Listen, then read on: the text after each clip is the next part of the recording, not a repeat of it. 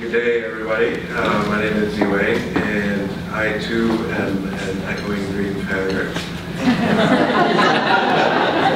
I have the opportunity to introduce myself to Dr. Jacques. Dr. Jacques started an organization called Amani Global Courts, which is based on the island of Ijwi in Lake Kivu, which is on the Congolese side of the DRC-Rwanda border.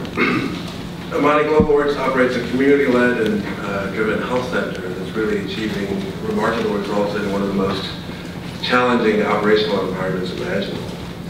By achieving these results, they're providing an antidote and really serving as a beacon of hope to a lot of surrounding communities in this plagued region.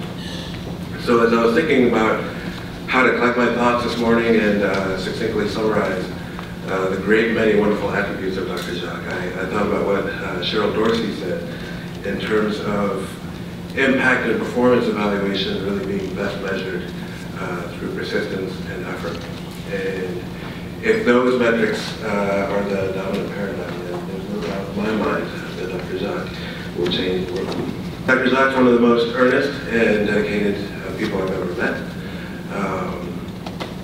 I'm reminded of a story he told me about how in starting up this organization, Dr. Jacques would often sleep in the waiting room of the Bujumbura airport on these hard chairs. And if any of you have ever been to Bujumbura, you know just how spartan that place is. So I will let Dr. Jacques tell you more about himself and his work, but it's really a pleasure for me to be able to formally introduce him and present him with this shining rising star NGO award.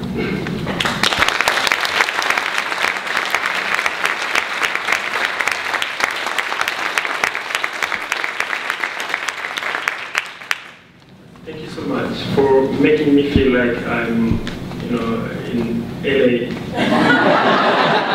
I see many stars here. I would say one thing before I can say thank you. I would say I disagree with what people said here. Because we've been experiencing something different from hanging out with celebrities. And what Dylan knows what I'm talking about, and Barry. For us, it has been a blessing to have Matt Dillon coming to Ijwi, and since then he's gotten involved himself, really from his heart. So he didn't plan for this. He just said, okay, Jacques, I want to come and see, and just see how it's like to be there.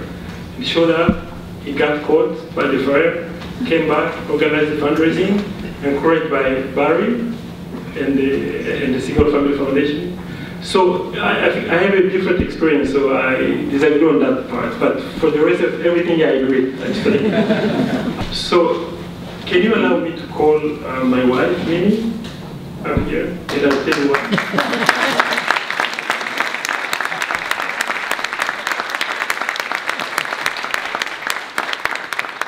First, I would like to say thank you to Mimi. She knew that I had deadlines. In September 2011, we were about to shut down everything we've been doing for 7 years. We've been self-funding, so everything we saved was almost done. And she has never said a word.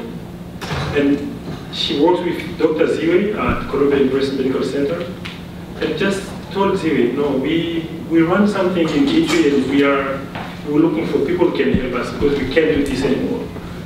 And she encouraged me to tell people in the community that we can't continue doing what we're doing.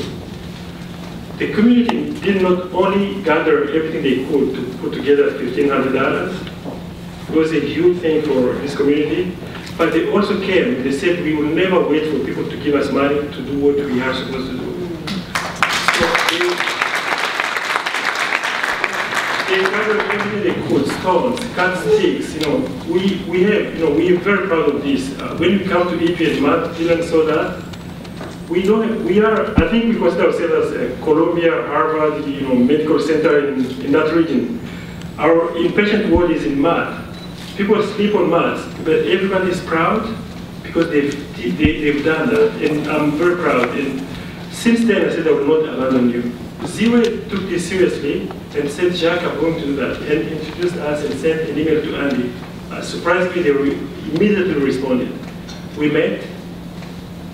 I wasn't expecting anything, and immediately they said, okay, we'll help you. So we've been alive.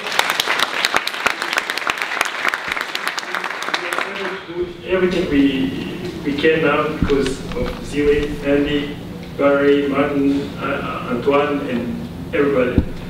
One thing I want to tell Barry and Dolly, thank you so much for giving us this. This is my third chance in my life. I had the first one when I was born, the second one when I survived the war in 1996 and made it. My friends, my cousin didn't make it, I made it. We did this. I told my wife, Mimi, that this is my passion, this is my life. I'm not comfortable doing anything else. So I quit my job, I quit everything to just focus on this.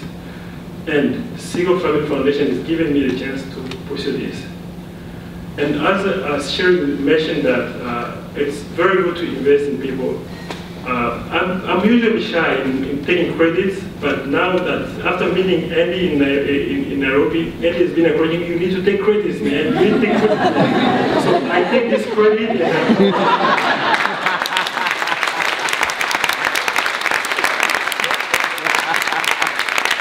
I'm very happy to officially announce that we will have a full-time physician in Ijo Island. With 250,000 for 5 doctors, that's not enough.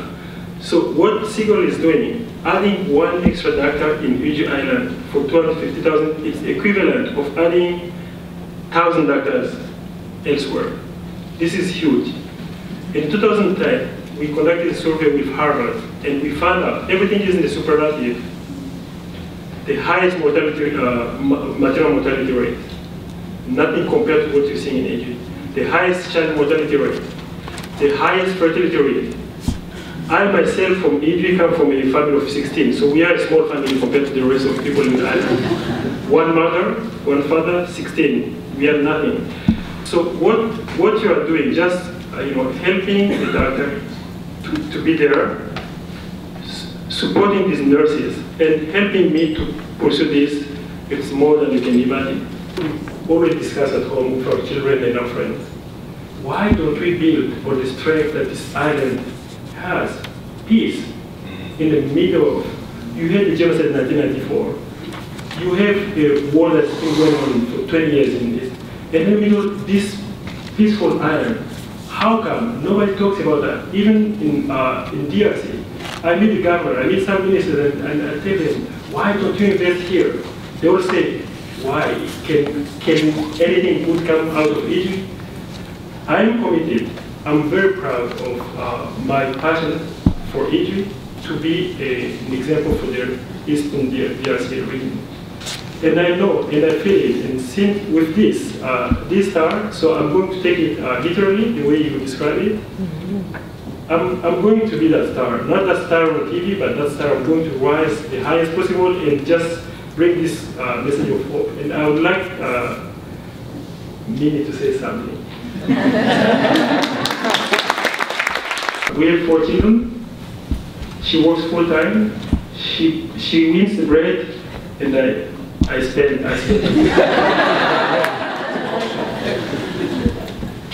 Thank you so much. Public speaking, not really my forte.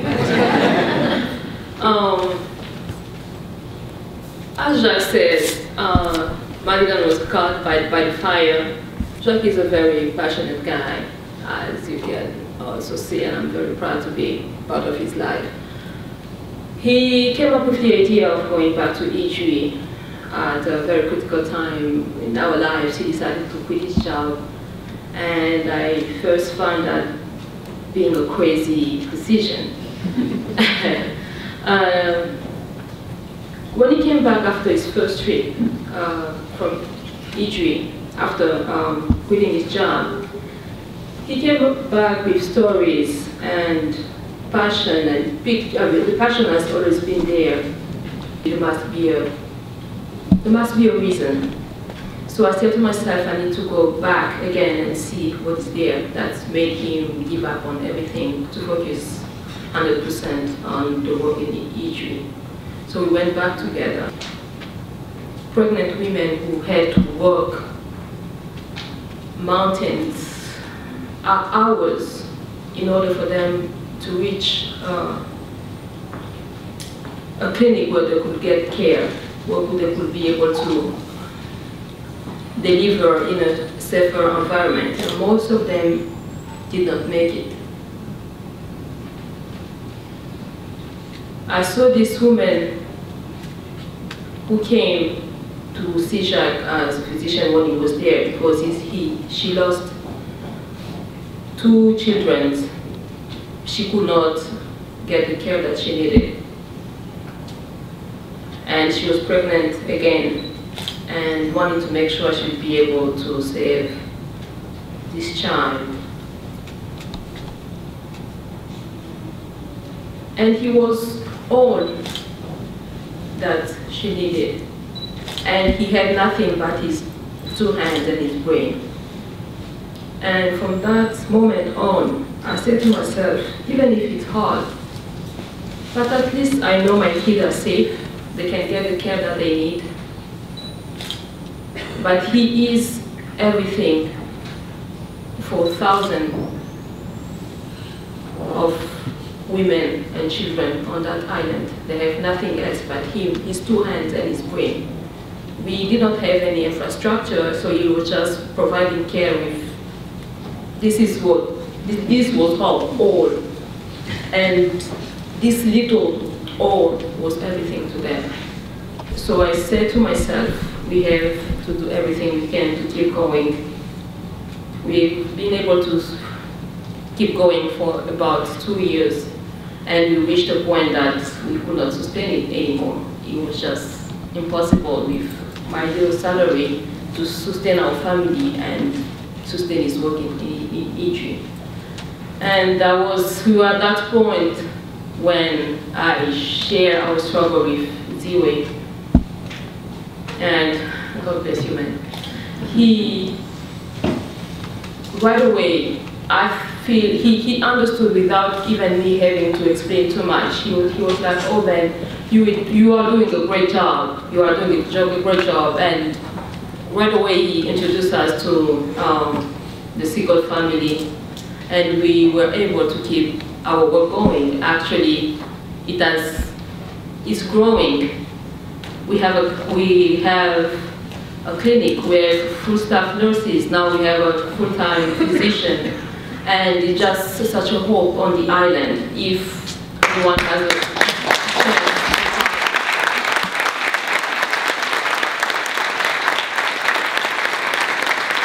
And see the hope and joy, the life that is back again on that side of the island.